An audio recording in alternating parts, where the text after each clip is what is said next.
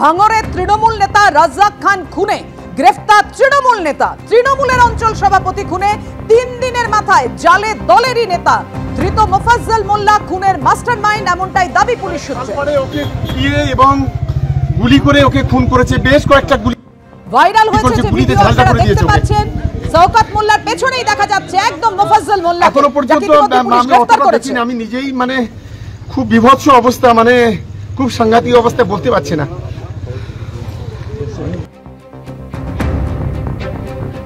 অর্থাৎ বুঝতেই পারছেন খুনের পর ঘটনাস্থলেই ছিল মোফাজ্জল মোল্লা। ভাইরাল হওয়া সেই ভিডিওতে একদম স্পষ্ট।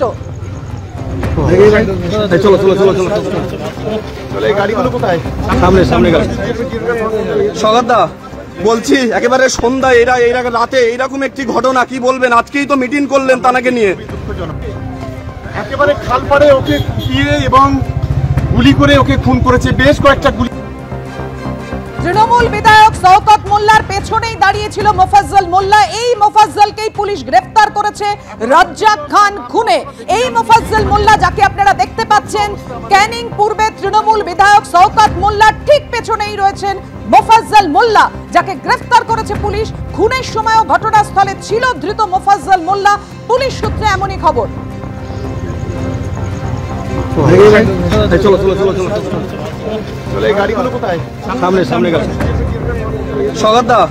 বলছি একেবারে সন্ধ্যায় এই রাতে এইরকম একটি ঘটনা, কি বলবেন? আজকেই তো মিটিং করলেন তানাকে নিয়ে।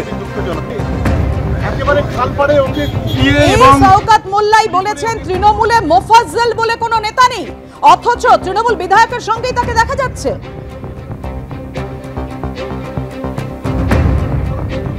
আমি অতটা দেখিনি, আমি নিজেই খুব বিভৎস অবস্থা, খুব সাংঘাতিক অবস্থা, বলতে পারছি না।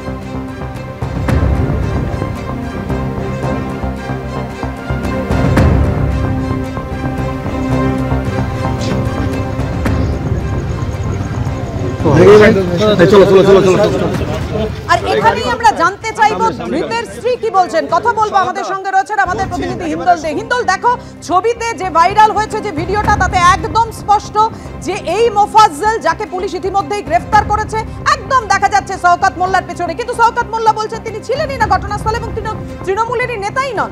এক্ষেত্রে অত্যন্ত গুরুত্বপূর্ণ মোফাজ্জলের স্ত্রীর বক্তব্য। তিনি কি বলছেন? একেবারে পাপিয়া, তোমাকে বলে রাখি এই খুনের ঘটনায় কিন্তু শওকত মোল্লার সঙ্গে যখন আমরা ফোনে যোগাযোগ করি, যে এই খুনের ঘটনার 3 দিনের মাথায় উত্তর কাশীপুর থানার পুলিশ যখন গ্রেফতার করলো এক ব্যক্তিকে যার নাম মোফাজ্জল মোল্লা, এবং তার পরিচয় কি জানা গেল, সে তৃণমূলেরই আরেকজন নেতা, সেও কিন্তু চালতাবেড়ি অঞ্চলের নেতা, সেও রাজ্জাক খান যে খুন হয়েছে তার বাড়ির ঠিক কাছেই তার বাড়ি। এই দুই নেতা দুজনেই কিন্তু পঞ্চায়েত ভোটে অংশগ্রহণ করেছিল, পঞ্চায়েত ভোটে তারা দাঁড়িয়েছিল, দুজনেই যদি হেরে যায় আইএসএফের কাছে। কিন্তু যেটা শওকত মোল্লা স্পষ্টত বলছেন যে মোফাজ্জল মোল্লা বলে তাদের কোনো নেতাই নেই, তেমনটাই তিনি দাবি করছেন। এবং তার যেটা বক্তব্য যে শওকত মোল্লার সঙ্গে তো ছবি দেখা গেছে, প্রচুর ছবিতে মোফাজ্জল মোল্লা শওকত মোল্লার সাথে রয়েছে। সেই তৃণমূল বিধায়ক শওকত মোল্লা তিনি বলছেন যে ছবি তো 1000 জনের সঙ্গে থাকতে পারে, অনেকের সাথেই থাকতে পারে, তার মানে তিনি নেতা নন। এখানেই কিন্তু শওকত মোল্লার এই কথাকে খণ্ডন করেছেন বা সেই কথাকে মিথ্যা বলে বলেছেন মোফাজ্জল মোল্লা, ধৃত তৃণমূল সেই নেতার স্ত্রী। তিনি বলছেন যে শওকত মোল্লা মিথ্যা কথা বলছেন। এবং শওকত মোল্লার যে মিটিং, 3টে মিটিং ছিল ঘটনার দিন, অর্থাৎ বৃহস্পতিবার, সেই বৃহস্পতিবার 3টে মিটিংয়ে কিন্তু মোফাজ্জল মোল্লা উপস্থিত ছিল। এবং সেই শওকত মোল্লার কথাতেই কিন্তু মোফাজ্জল মোল্লা সমস্ত জায়গায়, শওকত মোল্লার কথায় বিভিন্ন জায়গায় বেরিয়ে যেত, দলটা করত। এবং শওকত মোল্লার পাশাপাশি আহসানের নাম বলছেন তিনি, এবং তার স্ত্রী কিন্তু একাধিক ব্যক্তির নাম বলছেন। এবং তোমাকে বলে রাখি তদন্তকারীরা কি বলছেন। এই ঘটনায় পুলিশ তদন্ত প্রক্রিয়া শুরু করে এবং এই ঘটনায় প্রথম থেকেই শওকত মোল্লা যেটা অভিযোগ করছিলেন তৃণমূল কংগ্রেসের পক্ষ থেকে, যে এই ঘটনার নেপথ্যে রয়েছে আইএসএফ আশ্রিত দুষ্কৃতীরা। কিন্তু যখন গ্রেপ্তার হলো, গ্রেপ্তারের পরে দেখা গেল যে আইএসএফের কোনো কর্মী সমর্থক কিন্তু গ্রেপ্তার হননি, হয়েছেন তৃণমূলেরই এক নেতা মোফাজ্জল মোল্লা। এবং পুলিশ যেটা বলছে, টাওয়ার ডাম্পিং এবং টাওয়ার লোকেশন থেকে তারা যেটা বলছেন যে ঘটনার সময়, সেই সময় কিন্তু এই মোফাজ্জল মোল্লা খুনের ঘটনার সময় প্লেস অফ অকারেন্সে উপস্থিত ছিল। সেই কিন্তু বাকিদেরকে কাজে লাগিয়ে, যেখানে দুষ্কৃতীর সংখ্যা 4 থেকে 5 জন ছিল বলে পুলিশ মনে করছে প্রাথমিক তদন্তে, তাদেরকে কাজে লাগিয়ে গুলি করে কুপিয়ে খুনের ঘটনা ঘটায়। এবং সেই খুনের ঘটনা যখন পর্যবসিত হয়ে যায়, অর্থাৎ খুনের ঘটনা ঘটে যায়, তখন কিন্তু এই মোফাজ্জেল অভিযুক্ত ব্যক্তি সেই ঘটনাস্থল থেকে, শিরিষতলা থেকে আবারও সামান্য দূরেই যে বিজয়গঞ্জ বাজার, সেই বিজয়গঞ্জ বাজারে চলে যায়। এবং এই খুনের ঘটনাটা যখন রটে যায়, সমস্ত জায়গায় সবাই জানাজানি হয়ে যায়, যখন পুলিশ এবং এই তৃণমূল নেতৃত্ব শওকত মোল্লা সহ তারা যখন ঘটনাস্থলে যান, শিরিষতলায় যেখানে রেজ্জাক খানের দেহ পড়েছিল, সেইখানেই কিন্তু এই মোফাজ্জেল মোল্লাকে দেখা যাচ্ছে কার সঙ্গে না, তৃণমূলের বিধায়ক শওকত মোল্লার পিছনেই তিনি দাঁড়িয়েছিলেন। এবং সেখানে তিনি এমন একটা ভাব নিয়ে দাঁড়িয়েছিলেন, তিনি গোটা বিষয়টি জানেনই না, কি ঘটেছে দেখতে তিনি এসছেন।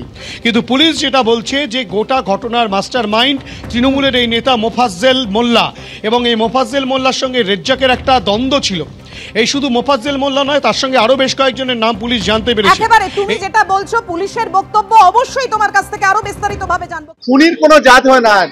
আমরা এফআইআর এ কোনো নাম দিইনি, আমরা প্রকৃত খুনিদের অ্যারেস্ট করার কথা বলেছিলাম। পুলিশকে ধন্যবাদ জানাবো, যেই হোক না কেন তার দৃষ্টান্তমূলক শাস্তি এবং তার ফাঁসি চাই। আমরা ফাঁসি চাই, শাস্তি তো দূরের কথা, ফাঁসি চাই। এর সঙ্গে যে বা যারা জড়িত আছে এবং এর উৎস কোথায় সেটাকেও খুঁজে বের করতে হবে, এর পিছনে কারা আছে এগুলো খুঁজে বের করতে হবে। এখন তৃণমূলের কোনো গোষ্ঠীতন্ত্রের কোনো বিষয় এখানে নেই।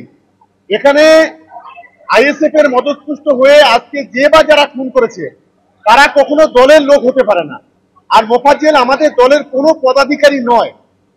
লক্ষ লক্ষ মানুষ তৃণমূল, কোটি কোটি মানুষ তৃণমূল কংগ্রেসে আছে, তৃণমূল কংগ্রেসের ঘাড়ে দোষ চাপিয়ে লাভ। আমি আজও বলছি এরা আইএসএফ এর মদতপুষ্ট হয়ে এই ঘটনা ঘটেছে। অর্থাৎ শুনলেন ধৃতের স্ত্রী যা বলছেন, তারপরে উল্টো কথা বলছেন, একেবারে 180 ডিগ্রি ঘুরে গিয়ে শওকত মোল্লা বলছেন তৃণমূলের সঙ্গে মোফাজ্জলের কোনো সম্পর্কই নেই। উল্টে আবার আইএসএফ এর দিকে তীর ছুড়লেন তিনি। কি বলেছেন আইএসএফ বিধায়ক নওশাদ সিদ্দিকী, দেখুন।